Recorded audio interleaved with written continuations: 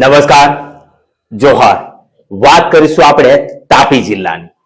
તાપી જિલ્લાના ડોલવણ તાલુકાના મંગળિયા ગામની. મંગળિયા ગામમાં વડફળિયામાં સરકારની મહાત્મા ગાંધી રાષ્ટ્રીય ગ્રામીણ યોજના ગેરંટી યોજના જે મનરેગા કહેવામાં આવે છે, અત્યારે જી રામજી તરીકે નામ બદલ્યું છે. એ અંતર્ગત ખેડૂતોના ખેતરમાં ચાલી રહેલા કુવાના બાંધકામની વાત છે. કુવાના બાંધકામમાં ગંભીર અનિયમિતતા અને ભ્રષ્ટાચારના આક્ષેપો સામે આવતા સમગ્ર ડોલવણ તાલુકાના પંથકમાં ચર્ચાનો વિષય બન્યો છે. સમગ્ર ડોલવણ તાલુકો તો ખરો જ, પણ તાપી જિલ્લામાં પણ આ ભ્રષ્ટાચાર ચર્ચાનો વિષય બન્યો છે.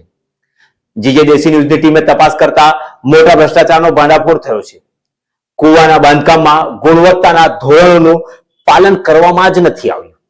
આક્ષેપો છે કે બાંધકામ દરમિયાન સિમેન્ટની જરૂરી પ્રમાણમાં ઉપયોગ કરવામાં નથી આવ્યો અને મોટા પ્રમાણમાં પથ્થરોનો ઉપયોગ કરી કામ પૂર્ણ કરી દેવામાં આવ્યું. પરિણામે નવનિર્મિત બાંધકામના કુવાના બાંધકામમાં શરૂઆતથી જ તિરાડો દેખાવા લાગી હોવાનું સ્થાનિકો જણાવી રહ્યા છે.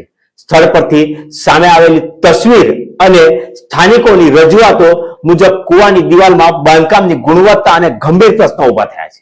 મંગળિયા ગામના વડફળિયામાં એક સરકારી તંત્ર દ્વારા ગરીબોને સહાય આપવા માટેનો એક કૂવો, ખેતીવાડીમાં ઉપયોગી બને તે માટેનો એક કૂવો બનાવવામાં આવ્યો છે.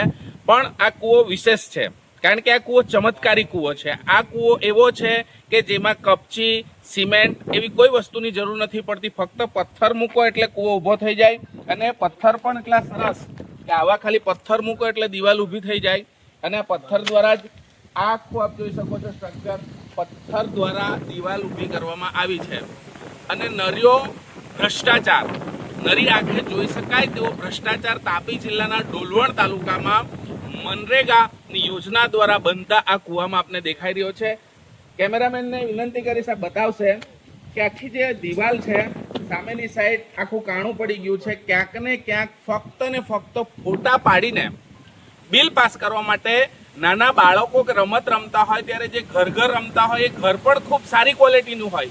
નાના બાળકો કરતાં પણ તકલાદી જે કામગીરી છે આ કૂવામાં એમાં વપરાય છે. એક સિંગલ સળિયો છે અને આ તો સારું છે કે જેનું કામકાજ ચાલુ છે ને અહીંયા નાના બાળકો નથી. અહીંયા આખું સ્ટ્રક્ચર અંદર પડી ચૂક્યું છે.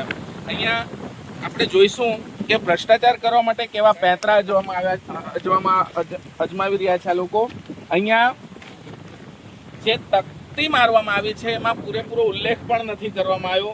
આમાં લખવામાં આવવું જોઈએ અંદાજિત રકમ, કામ શરૂ કર્યાની તારીખ, કામ પૂર્ણ કર્યાની તારીખ, આ તમામ ઉલ્લેખ આમાં હોવો જોઈએ. કામ પાછળ થયેલ ખર્ચની વિગત દર્શાવવી જોઈએ.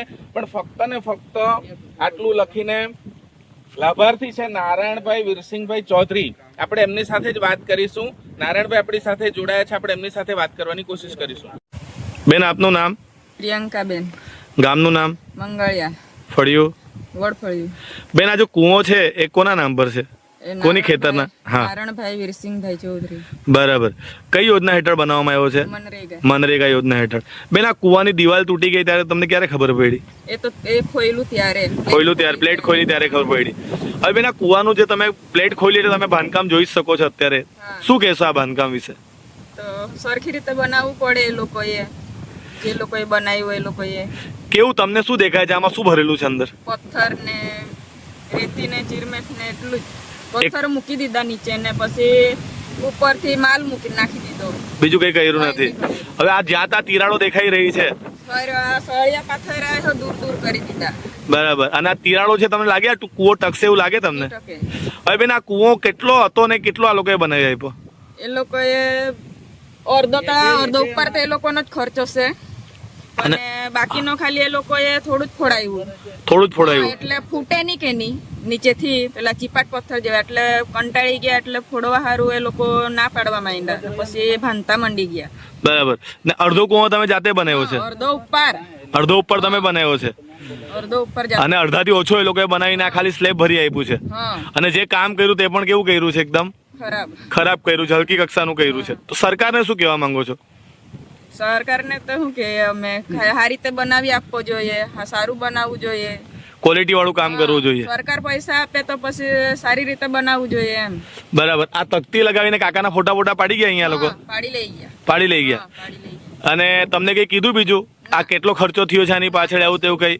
એવું કશું નહીં, ખાલી તમારા ડોક્યુમેન્ટ લઈ ગયા. બસ તાપી જિલ્લામાં ભ્રષ્ટાચારે મઝા મૂકી છે, કારણ કે એને રોકવા વાળું કોઈ નથી. હવે નવા કલેક્ટર શું એક્શન લે છે એની તરફ બધાની નજર છે, કારણ કે નરી આંખે જોઈ શકાય એવો ભ્રષ્ટાચાર. અહીંયા જે તિરાડો છે, આખી દિવાલ અહીંયા હલી રહી છે.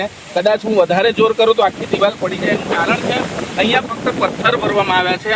આ પથ્થર છે, આપ જોઈ શકો છો. આની અંદર કોન્ક્રીટ, મજબૂત સિમેન્ટ અને સારી ક્વોલિટીના મટીરિયલ સાથે બનાવવાનું હોય છે. સિંગલ સળિયા પર આખું સ્ટ્રક્ચર અહીંયા હલી રહ્યું છે અને આ જ આખી પરિસ્થિતિ આપ જોઈ શકો છો. બધી બાજુથી આ જ રીતેનું છે. તો શું આ કૂવો વરસ તો ઠીક, મહિનો તો ઠીક, 2 દિવસ પણ ન ટકે. કદાચ જો આના પર વધારે જોર આપવામાં આવે તો બધી દિવાલો એમને એમ હાથથી તૂટી જાય. તો શું આ પ્રકારે ગરીબોની સાથે મજાક કરવામાં આવી રહી છે યોજનાના નામે? ગરીબ ખેડૂતને આજે આ ભોગવવાનો વારો આવ્યો છે, કારણ કે ભ્રષ્ટાચાર ચોક્કસથી અહીંયા થયો છે મંગળિયા ગામે. માળી જીજે દેશી ન્યૂઝ તાપી.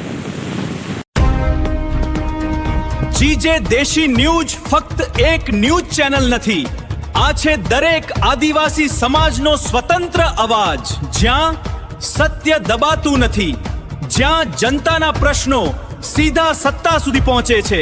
ગામડાની ગલીઓથી લઈને રાજકારણના દરબાર સુધી દરેક અવાજને મળે છે એક મજબૂત મંચ. અન્યાય સામે નીડર અવાજ, આદિવાસી હક્કોની લડત અને સત્યની સીધી વાત.